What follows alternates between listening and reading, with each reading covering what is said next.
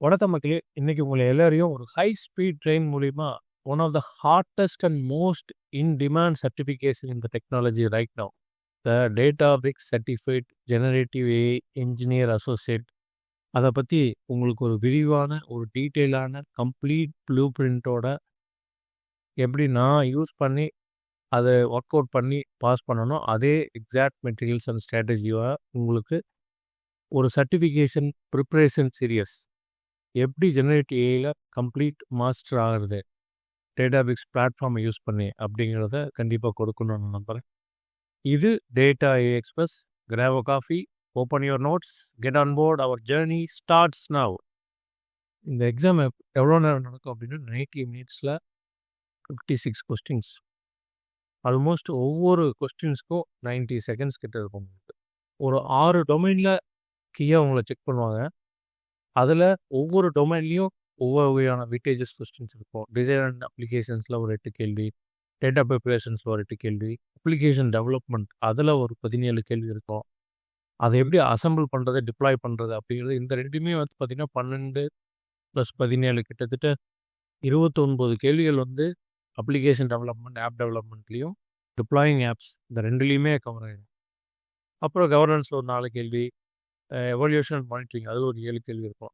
Moreover இதுக்கு equal weightage இருக்குது. நீங்கள் மினிமமாக 40% மாதிரி வாங்கணும்னு நினைக்கிறேன் ஒரு டொமைன்லையும். நீங்கள் மோர் தென் 40 வாங்கி ஆகணும். இல்லை ஏதோ ஒன்றில் ரொம்ப வீக்காக இருக்கீங்கன்னா even though you get 100% app development வாங்கியிருந்தீங்கனாலுமே you consider as a fail தான். அப்போ எல்லா செக்ஷன்லையும் இந்த 6 செக்ஷன்லையுமே நீங்கள் ப்ராப்பராக ரியல் வேர்ல்டில் அப்ளிகேஷன்ஸ் ஒர்க் பண்ணியிருக்கீங்களா அப்படிங்கிறத டெஸ்ட் பண்ணக்கூடிய ரியல் வேர்ல்டு சினாரியோவாக தான் இருக்க போகுது. இப்போது ஒவ்வொரு செக்ஷனையும் டீட்டெயிலாக நம்ம பார்க்கலாம். எப்படி ஜெனரேட்டிவ் ஏஐ யூஸ் கேஸை நீங்கள் டிசைன் பண்ணுவீங்க, என்ன மாதிரியான ப்ராம்ப்டிங் டெக்னிக்ஸ் வச்சுருக்கீங்க, ஜீரோ ஷார்ட்டா, ஃபியூ ஷார்ட்டா, இந்த மாதிரி டைப்பில் நிறைய கொஸ்டின்ஸ் வரும். செயின் ஆஃப் தாட்ஸ் இதில் ஒரு முக்கியமான விஷயம். எப்படி உங்களோட ஒரு ஆள் டாஸ்க்கை நீங்கள் டீகம்போசிஷன் பண்ணுறீங்க, மாதிரி எதுக்கெல்லாம் வந்து இன்பில்டான டேட்டா பிரிக்ஸோட மாடல்ஸ் யூஸ் பண்ணுறீங்க, எவ்வளோ பராமீட்டர் சைஸஸ் இருக்குது, அதோட வெயிட்டேஜஸ் எப்படி இருக்குது, அதோட அக்யூரசி அண்ட் எஃபிஷியன்சி எந்த அளவுக்கு இந்த யூஸ் கேஸ்க்கு வச்சு நீங்கள் எப்படி டிசைன் பண்ண போகிறீங்க, எந்த மாதிரி இதில் வந்து விஸ்பர் மாடல் யூஸ் பண்ணுறீங்க, ஓப்பன் ஏஐ யூஸ் பண்ணுறீங்க, பெஸ்ட் ஃபிட் மாடல் எப்படி சூஸ் பண்ணுறீங்க, இந்த மாதிரி டைப்பில் தான் வந்து பெரும்பாலும் இந்த டிசைன் அப்ளிகேஷன்ஸ் பண்ணோன்னா உங்களோட 8 கேள்விகள் இங்கேருந்து தான் வரும்போது. நெக்ஸ்ட் கீ டாபிக் வந்து டேட்டா ப்ரிப்பரேஷன்ஸ் ஒரு 8 கேள்வி இங்கேருந்து வரும்போது. எந்த ஒரு அப்ளிகேஷன்லையும் ரொம்ப கீ அப்படின்னு பார்த்தீங்கன்னா எப்படி நீங்கள் அந்த டேட்டாவை ப்ரிப்பேர் பண்ணுறீங்க. கார்பேஜ் இன் கார்பேஜ் அவுட் தான். நீங்கள் ஜென்ஏ அப்ளிகேஷன் உங்களுக்கு சூப்பராக இருந்தாலுமே டேட்டா பாஸ் பண்ணக்கூடியது ப்ராப்பரான மெத்தடில் இல்லை அப்படின்னா என்டையர் ப்ராஜெக்டே ஃபெயில் தான் ஆகும்போது. ஸோ அப்போ டேட்டா லோடிங்கில் என்ன மெத்தட்ஸ் இருக்குது, என்ன லைப்ரரிஸ் யூஸ் பண்ணுறாங்க, அதை பற்றியான கேள்விகள் இருக்கும். அதுக்கப்புறம் என்ன மாதிரி இன்புட்ஸ் இருக்கிறீங்க, அந்த டேட்டா எங்கேருந்து வருது, ஸ்ட்ரக்சர்டாக, செமி ஸ்ட்ரக்சராக, பிடிஎஃப்லேருந்து கொடுக்குறீங்களா, எந்த மாதிரியான சங்கிங் மெத்தட்ஸ் இருக்குது, கன்டெக்ஸ்ட் விண்டோ உங்களோட எல்எல்எம்ல என்ன மாதிரி இருக்குது, நீ என்ன மாதிரி மெத்தடான சங்கிங் டைப்ஸ் வச்சுருக்கீங்க, ஓவர்லேப்பிங் சங்க்ஸை பற்றியான கொஸ்டின்ஸ்லாம் கண்டிப்பாக வரும். அப்புறம் நீங்கள் சங்க் பண்ண டாக்குமெண்ட்ஸ்க்கு என்ன மாதிரி மெட்டடேட்டா டேக்கிங் பண்ணுறீங்க. பெரும்பாலும் ட்ரபிள் ஷூட் ப்ராப்ளம் இந்த மாதிரி டேட்டா கொடுத்ததுக்கப்புறம் ஒரு வேகான ரிசல்ட்ஸ் வருது, இதனால் ரேக் அப்ளிகேஷன் ப்ராப்பராக அண்டர்ஸ்டாண்ட் பண்ண முடியல. அப்போ நீங்கள் எதை போய் சேஞ்ச் பண்ணுறீங்க, கன்டெக்ஸ்ட் விண்டோவை பார்க்குறீங்க, எந்த இடத்துல ப்ராப்ளம் இருக்குது, எந்த இடத்த நீங்கள் ஃபிக்ஸ் பண்ண போகிறீங்க, அப்படிங்கிற மாதிரி கேள்வியெல்லாம் நிறையா வரும். ஒரு கொஸ்டினை புரிஞ்சுக்கும் போதே இது எந்த மாதிரி நம்ம சேஞ்ச் பண்ணால் அவங்க கொடுத்த ஆப்ஷனை சேஞ்ச் பண்ணி இந்த நம்ம அண்டர்ஸ்டாண்டிங்க்கு எது அப்ளை ஆகுங்கிற மாதிரி ஒரு நாலேஜ் இருந்துச்சுனாவே இதில் இருக்கக்கூடிய 8 கேள்வியெல்லாம் கிட்டத்தட்ட ஒரு 6 கேள்வி நீங்கள் ஈஸியாக பாஸ் பண்ணிக்கலாம். ஒரு 17 கேள்விகள் கேட்கக்கூடிய செக்ஷன் தான் ஆப் டெவலப்மெண்ட். ஃபஸ்ட் எடுத்து எப்படி நீங்கள் ஆப் டெவலப் பண்ண போகிறீங்க, என்ன மாதிரியான ஃப்ரேம் ஒர்க் சூஸ் பண்ண போகிறீங்க, லாங் செயினா, லாங் இண்டெக்ஸா, ஹேஸ்டேக்கா, டிஎஸ்பிஓயா, இதில் என்ன மாதிரியான யூஸ் கேஸ்க்கு என்ன மாதிரியான மாடல் ஃப்ரேம் ஒர்க் யூஸ் பண்ணுறீங்க, அப்புறம் என்ன மாதிரியான எல்எம் மாடல், என்ன மாதிரியான இதுக்கு எப்படி டிசைன் பண்ண போகிறீங்க, எங்கே எஸ்எல்எம் கிரியேட் பண்ண போகிறீங்க, எங்கே எல்எல்எம் இருக்க போகுது, வெக்டர் சர்ச் எப்படி ஒரு ஆட்டோமேட்டடாக இருக்கா, செல்ஃப் மேனேஜாக இருக்கா, டேட்டா பேஸ் யூஸ் பண்ணுறீங்களா, அந்த மாதிரி கேள்வி இருக்கும். மெயினாக லேங் செயின் அதோட சின்டெக்ஸ் எல்லாம் கூட கேட்டாங்க 2-3. இப்போ நீங்கள் லேங் செயின் கான்செப்டை ப்ராப்பராக நீங்கள் ஸ்டடி பண்ணிக்கணும். ரேக் பேட்டர்ன் அங்கே ரேக்னா தெரியும், ரிட்ரீவல் ஆக்மெண்டேஷன் அண்ட் ஜென்ரேஷன். அதில் இண்டெக்ஸிங் எப்படி இருக்குது, ரிட்ரீவல் இருக்குது, ப்ராம்ப்ட் ஆர்குமெண்ட் எப்படி பாஸ் பண்ணுறீங்க, இதில் வரக்கூடிய வேர்க் ரிசல்ட்ஸ்க்கு எதை டியூன் பண்ணணும், ப்ராப்பரான மெட்டடேட்டா கொடுத்துருந்தா அதுக்கு ப்ராப்பராக ஒர்க் ஆகிருக்குமா, இந்த மாதிரியான பேசிக்ஸ் கொஸ்டின்ஸை கேட்பாங்க. ஒரு somewhat theory plus little bit of சின்டெக்ஸை நீங்கள் லான்ச்சிங்கில் நீங்கள் இந்த செக்ஷனில் நீங்கள் கண்டிப்பாக தெரிஞ்சுக்கிட்டிங்கன்னா ஒரு 17க்கு 12க்கு மேலே நீங்கள் ஈஸியாக எடுத்துடலாம். அப்ளிகேஷன் டெவலப் பண்ணால் மட்டும் பார்த்தாது, அது ப்ராப்பராக டிப்ளாய் பண்ணணும், அதை எப்படி கவர்ன் பண்ணணும். இந்த மெத்தடில் ஒரு 12 கேள்விகள் வரப்போகுது. நீங்கள் மெயினாக தெரிஞ்சுக்க வேண்டிய 2 விஷயம், எம்எல் ஃப்ளோவும் யூனிட்டி கேட்லாகும்.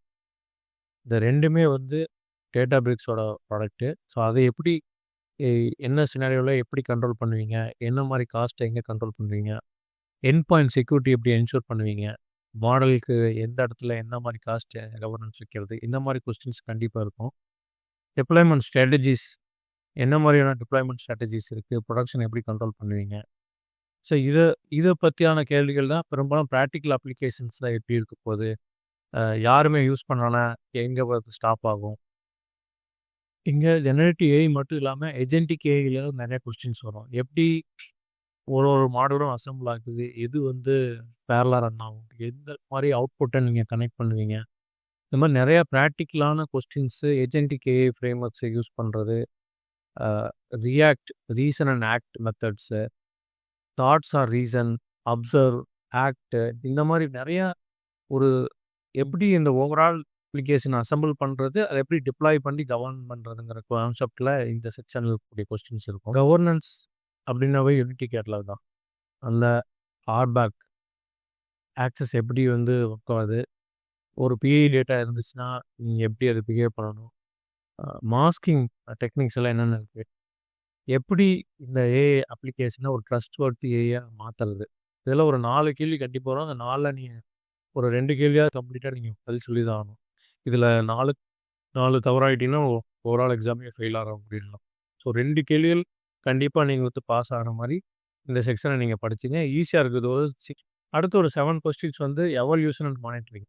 எவல்யூஷனா என்னோட மெத்தடில் இதோட அவுட்புட்டை எவலேட் பண்ணுறாங்க, பெஞ்ச் மார்க்கிங் பண்ணுறாங்க, ஒரே அப்ளிகேஷன்ஸ் வந்து என்ன மாதிரியான ஸ்கோரிங்ஸ் இருக்குது, அந்த ஸ்கோரில் இருக்கும் ரோக் ஸ்கோர், பிளேக் ஸ்கோர், இந்த ஸ்கோரில் அதோட அவுட்புட்டை எப்படி கான்ஃபிடன்ஸ் கொடுக்குது, இது ஒரு ஏஐ அப்ளிகேஷன் எப்படி நம்ம ப்ராப்பராக ஒர்க் பண்ணுதுன்னு ப்ரூவ் பண்ணுறோம். அந்த மாதிரி நிறையா, அதாவது எல்எல்எம் ஆஸ் அ ஜட்ஜ், எல்எல்எம்ஏ யூஸ் பண்ணி எல்எல்எம் வெரிஃபை பண்ண வைக்கிறது எப்படி, அட்வான்ஸ்டு எவல்யூஷன் டூல்ஸ் எல்லாம் என்னென்ன இருக்குது, இந்த மாதிரி செக்ஷன்ஸ் எல்லாம் வந்து இருக்கும். அதாவது ஒரு அவுட்புட் இருக்குது, அதுலேருந்து ட்ரிஃப்ட் எவ்வளோ இருக்குது, அவுட்புட் ஆக்சுவல்ஸ்லேருந்து ட்ரிஃப்ட் எப்படி இருக்குது, உங்களுக்கு ப்ராப்பரான டிட்டர்மினிஸ்டிக் அவுட்புட் வரணும்னா எந்த ஃபேக்டரை நீங்கள் சேஞ்ச் பண்ணணும், கே வேல்யூஸ், பி வேல்யூஸ், இந்த மாதிரி எப்படி நீங்கள் அதை ப்ரிப்பேர் பண்ணலாம் அப்படின்னா டேட்டாபிரிக்ஸோட ஒரு 10 hour கோர்சஸ் இருக்கும்.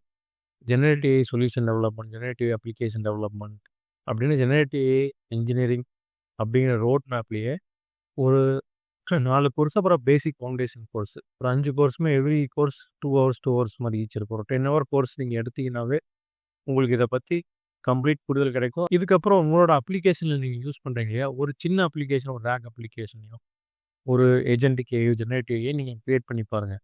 நம்ம வீடியோ சீரீஸ்லேயே நம்ம நிறையா கொடுத்துருக்கோம். ஜெனரேட்டிவ் ஏஐ பேசிஸை பற்றி சொல்லியிருக்கோம், ஏஜென்டிக் ஏஐ பற்றி டீட்டெயிலாக போயிருக்கோம். அந்த வீடியோஸை நீங்கள் பார்த்துட்டிங்கன்னா அதுலேருந்து அப்புறம் உடைமை மாதிரி இதெல்லாம் நிறையா மார்க் எக்ஸாம்ஸ் இருக்குது, அதில் நீங்கள் போய் கூட ஸ்பெண்ட் பண்ணி கூட நீங்கள் அதை பார்க்கலாம். மெயினாக டைமை நீங்கள் எஃபெக்டிவாக யூஸ் பண்ணணும். ஒவ்வொரு கொஸ்டினையும் ஒரு 90 செகண்ட்ஸ்குள்ளே நீங்கள் முடிச்சிருங்க. அதுக்கு மேலே இருந்துச்சுன்னா பின்னாடி டைமில் நீங்கள் ரிவைஸ் பண்ணி பார்க்கலாம். ஸோ இதை 5 டிப் நான் சொல்லுவேன். என்ன அப்படின்னா, ரேக் ஒர்க் ஃப்ளோ எப்படி டிசைன் பண்ணுறது, டெவலப் பண்ணுறது, இன்டெகிரேட் பண்ணுறது, டேட்டாபிக்ஸில் எப்படி இதை அசைன் பண்ணுறது முக்கியம். பார்த்தீங்கன்னா நிறைய கொஸ்டின்ஸ் இங்கே தான் வருது. அப்புறம் vector search, Unity Catalog, model serving, எம்எல்4, இந்த மெத்தட்லேருந்து ஒரு கீ கான்செப்டாக எல்லாம் கேட்பாங்க. சினாரியோ பேஸ் தான் இருக்கும். அப்புறம் சங்கிங் பிரச்சனை வந்துருச்சு, சங்கிங்கில் ஓவர்லேப்லாம் ப்ராப்ளம் வருது, இல்லை கண்டெக்ட் சைஸ் ப்ராப்ளம் வருது, இந்த மாதிரி லான்ச்சிங் காம்பனன்ஸை பற்றி prompt template, one short learning கொடுப்பீங்களா, மல்டிபிள் ஷார்ட் லேர்னிங் கொடுப்பீங்களா, டெம்ப்ளேட்டு, ஏஜென்ட் எக்ஸிக்யூட்டரோட சின்டெக்ஸ், இந்த மாதிரி கேட்பாங்க. ரேர் மெட்ரிக்ஸை எப்படி, இதோட அவுட்புட் எப்படி நம்ம நம்புறது, அந்த எவல்யூஷன் மெத்தடு, ப்ரிசிஷன்ஸு, அக்யூரசி, கேபி method, ROUGE score, BLEU method, சம்மரைசேஷன்னா என்ன மாரி இருக்கும், டிரான்ஸ்லேஷன்னா என்ன மாரி, இந்த மாதிரிலாம் 2, 3 கேள்வியெல்லாம் வந்து ரிப்பீட்டடா வரும். நான் இதை ஃபஸ்ட்டு நீங்கள் இப்போ எடுத்தீங்கன்னா, இது எங்கே எடுக்கலாம் அப்படின்னா, வெப் அம்பாஸ்டர் அப்படிங்கிற போர்ட்டலில் அவங்க ஒரு லொக்கேஷனை வந்து ஸ்கெடியூல் பண்ணி நீங்கள் பண்ணுவீங்க. நான் அது மாதிரி தான் போய் எடுத்தேன். இதே என்னோடய ஸ்கோரு. இது வந்து நான் ஒரு 3 நாள் தான் ப்ரிப்பேர் பண்ணேன் எக்ஸாமுக்கு. முன்னாடியே எனக்கு ஏஜென்டிக் ஜெனரேட்டிவ் ஏஐ அப்ளிகேஷனில் நம்ம ஒர்க் பண்ணுறங்காட்டிக்கு அதுக்கப்புறம் நல்ல ஒரு நாலேஜ் இருந்துச்சு. டேட்டாபிக்ஸில் லைட்டாக ஃபைன் டியூன் பண்ணால் போதும். ஏன்னா ப்ராக்டிக்கல் அப்ளிகேஷன் கொஸ்டின்ஸ் எல்லாமே இருந்துச்சு. கம்ப்ளீட் அப்படின்னு கிளிக் பண்ணிங்கனாவே உங்களோட மொபைலில் வந்து இந்த மெசேஜ் வந்துடும். உங்களோட இமெயிலுக்கு அனுப்பிச்சிடுவாங்க. அடுத்தது ஒரு 24 ஹவர்ஸ் இல்லைன்னா 48 ஹவர்ஸில் இந்த மாதிரி ஒரு லிங்க்கும் உங்களோட பேட்சும் வந்துடும். இது முதல் முறையாக 4 ஸ்டார் கொடுக்கக்கூடிய ஒரு சர்டிஃபிகேஷன். அதனாவே இதோட வெயிட்டேஜ் எவ்வளோன்னு பார்ப்பாங்க. யூஸ்வலாக பார்த்தீங்கன்னா ஃபண்டமெண்டல்ஸ் ஃப்ரீயாக யார் எடுக்கிறதோ 1 ஸ்டார் கொடுப்பாங்க. இன்ஜினியரிங் அசோசியேட், டேட்டா இன்ஜினியர் இதெல்லாமே 2 ஸ்டார் 3 ஸ்டார் இந்த மாதிரி கொடுத்துட்டு இருந்தாங்க. இப்போ இதில் 4 ஸ்டார் சர்டிஃபிகேஷனாக இருக்குது. இது போக உங்களுக்கு ஒரு சர்டிஃபிகேஷன் வரும். லிங்கில் போட்டுக்கலாம். நீங்கள் அதை அஃபிஷியல் கிரெடென்ஷியலாகவும் ஆட் பண்ணிக்கலாம். இந்த டேட்டாபிரிக்ஸ் எவ்வளோ காஸ்ட் ஆகும் அப்படின்னு பார்த்தீங்கன்னா $200 ஆகும். ஆனால் இது சம்டைம்ஸ் வந்து உங்களுக்கு $100க்கு 50% டிஸ்கவுண்ட்டில் சில சமயம் கிடைக்கும். அது உங்களோட லக்கை பொறுத்து தான். லிங்க்டின் மாதிரி இதில் லேர்னிங் ஃபெஸ்டிவல், லேர்னிங் வீக் இந்த மாதிரி போட்டுட்டு அவங்க கொடுப்பாங்க. அந்த 6 டொமைனையும் கம்ப்ளீட்டாக நீங்கள் படிச்சுங்க. கம்ப்ளீட் ப்ரிப்பரேஷனோட போங்க. உள்ளே போனதுக்கப்புறம் எந்த பதற்றம் வேணாம். ஒவ்வொரு கொஸ்டினையும் தெளிவாக பார்த்து அந்த ஆன்சர்ஸை பார்த்தீங்கன்னாவே அதிலே நீங்கள் அவாய்ட் பண்ணி ஒரு நல்ல ஆன்சருக்கு நீங்கள் சர்க்கிள் ஆகி பண்ணிடலாம். அடுத்ததாக வந்து ஒரு சாம்பிள் கொஸ்டின் சினாரியோஸ் என்னெல்லாம் வந்திருக்கு அப்படிங்கிற மாதிரி பெரும்பாலும் நான் ஞாபகப்படுத்தினது, நான் ரெஃபர் பண்ணது நான் சொல்கிறேன். ஏஐயோட ரூட் ஏஐ பிஹேவியர்ஸ் பற்றி சினாரியோ கொஸ்டின்ஸ் நிறையா வரும். எப்படி பிடிஎஃப் டாக்குமெண்ட்ஸ்லேருந்து இமேஜ்லேருந்து எப்படி என்ன மாடல்ஸ் சூஸ் பண்ணுறது, என்ன மாதிரியான டேக் அப்ளிகேஷன்ஸ் ஃபில் பண்ணுறது, அந்த மாதிரி கொஸ்டின்ஸ் நிறையா வரும். அந்த ஏஐ அப்ளிகேஷன்ஸை எப்படி நீங்கள் எவல்யூஷன் பண்ணலாம், அந்த மாதிரி மெத்தட்லேயும் கொஸ்டின்ஸ் நிறையா வந்து சேட்பாட்டோட பிஹேவியர்ஸ் மாதிரி வந்துச்சு. அடுத்த சில வினாடிகளில் நான் வந்து உங்களுக்கு சாம்பிள் கொஸ்டின்ஸை நான் உங்களுக்கு சொல்கிறேன். சாம்பிள் வந்து என்னோடய ஆன்சர்ஸையும் நான் பின்னாடி ஷேர் பண்ணுறேன். ஒரு 10 கொஸ்டின்ஸை நான் இந்த வீடியோவில் நான் ஷேர் பண்ணுறேன். If you want me to do more இந்த மாதிரி கொஸ்டின்ஸ் ஆன்சர்ஸ் போடணுன்னா எனக்கு கமெண்டில் தெரியப்படுத்துங்க. அதை பற்றி நான் டீட்டெயிலாகவே இன்னும் லென்த்தியாகவே தனியாக ஒரு வீடியோ பண்ணலான்னு இருக்கேன். இது அடுத்த ஒரு 10 கொஸ்டின்ஸ் வந்து உங்களுக்கு எந்த மாதிரி கொஸ்டின்ஸ் வரும் அப்படிங்கிற ஒரு புரிதலை நாங்கள் ஏற்படுத்துறதுக்காக தான் இது. நீங்கள் இந்த மாதிரி தான் எக்ஸாம்லேயே கொஸ்டின்ஸ் கேட்டிருந்தாங்க.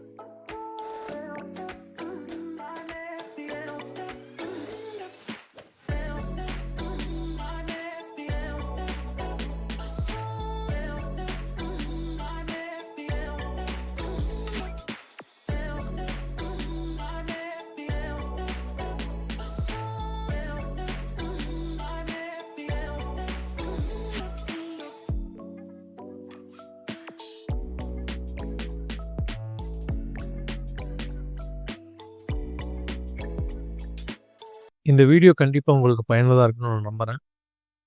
இந்த வீடியோ கைட் படி நீங்கள் ஃபாலோ பண்ணிட்டீங்கன்னா கண்டிப்பாக நீங்கள் எல்லாம் சர்டிஃபிகேட் வாங்கிடலாம். அப்படி நீங்கள் யாரெல்லாம் சர்டிஃபிகேட் வாங்கியிருக்கீங்கன்னு எனக்கு தெரியப்படுத்திங்கன்னா அதை பார்க்க எனக்கு ரொம்ப சந்தோஷமாக இருக்கும். ஏதாச்சும் உதவி தேவைப்பட்டுச்சுன்னா கமெண்ட் செக்ஷனில் தெரியப்படுத்துங்க.